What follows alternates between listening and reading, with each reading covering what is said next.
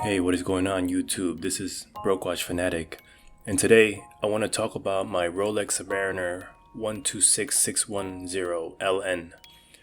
I want to talk about the specs, which I'm sure everybody knows by now, the wearing experience, and how I was able to purchase it from my local authorized dealer. Getting the specs out of the way, we have a 40.5mm case size, thickness of 12.5mm, lug to lug of 48mm, and a lug width of 21mm. The bracelet tapers down to 16.5mm and jumps back up to 18.7 at the clasp. If you want to account for the male end links, we're looking at 51.3mm.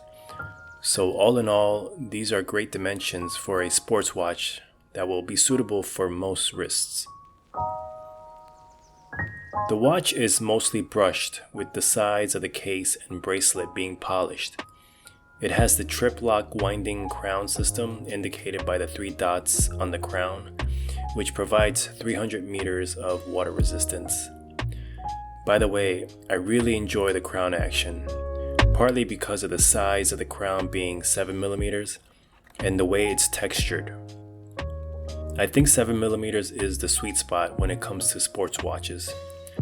Some of my Seiko divers have 7mm crowns, while others are around 6.5, and for me, I can really feel the difference. I much rather have a 7mm crown over smaller ones for my sports watches. Winding the crown is as smooth as it can be, and screwing it down is also a pleasant experience.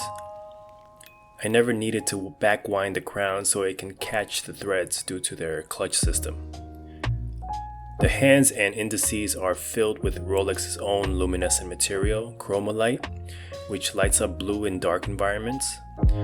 It also features my favorite part of the watch, the glide lock system, which gives the end user up to 20mm of adjustment at 2mm increments. Now this is overkill for a desk diver, as I only need about 2 to 3 adjustments in any clasp. But since this is a true diver's watch, it's nice to know that it has a system to fit over a diver's suit. The case is made out of 904L steel, has a ceramic bezel insert, and inside has the Rolex in-house caliber 3235 movement, which features a 70-hour power reserve, beats at 4 Hz, and has Rolex's Parachrome blue hairspring. This hairspring is highly resistant to temperature changes, wear and tear, and up to 10 times resistant to shock in order to keep its accuracy. It is also, in Rolex's own words, insensitive to magnetic fields. So what is the experience like, and do I enjoy wearing the watch? Well, for me, it's been nothing but positive. The watch sits pretty low on my wrist at the perfect height, easily going underneath the cuff of my shirt. The weight is evenly distributed and does not feel top heavy whatsoever. The high legibility is no surprise, as this is a dive watch. The signature Mercedes hands against the black lacquer dial displays a high contrast that can be easily read from afar, as well as the signature date magnifier that can be read easily as well. The bracelet is also really comfortable, and I think that's due to the shape of the links. Not only do the ends of each link have a nice curvature, but the mid links also curve at the same rate. From the outside perspective, the bracelet links might look almost flat, but from the side profile, it's more noticeable. Everything about this watch feels pleasant. The bezel action is smooth and crisp with its 120 click unidirectional bezel. The bezel edge is sharp enough to get a firm grip, but smooth enough to not irritate your skin. The closing and opening of the clasp is satisfying each and every time, and the glide lock is perfect.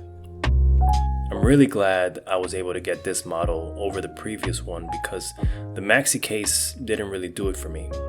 The lugs are more refined here on this case and tapered nicely instead of the chunkiness that came with the previous model. I've said nothing but positive things about this watch, from how it wears to how it operates. Everything you touch feels like it's high quality.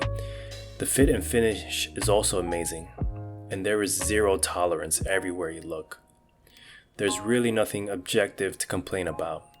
The technology is there, the heritage is there, and aside from the hate that Rolex receives as well as the hype surrounding it, it's such a classic, good-looking, timeless watch that will never go out of style.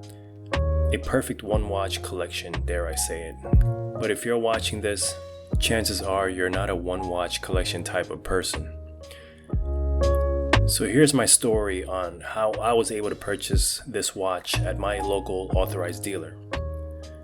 We all know we can't just walk into a store and walk out with a Rolex these days. Fortunately for me, I already had a purchase history when I bought my blue Datejust, but that was a few years ago before the watch market exploded. Fast forward a couple of years, I met my then girlfriend and we decided to get engaged. I felt this was my chance to build on my purchase history by buying an engagement ring with them, and so I did. A couple of months later, I get a text asking if I was still interested in a Submariner, and now it's on my wrist.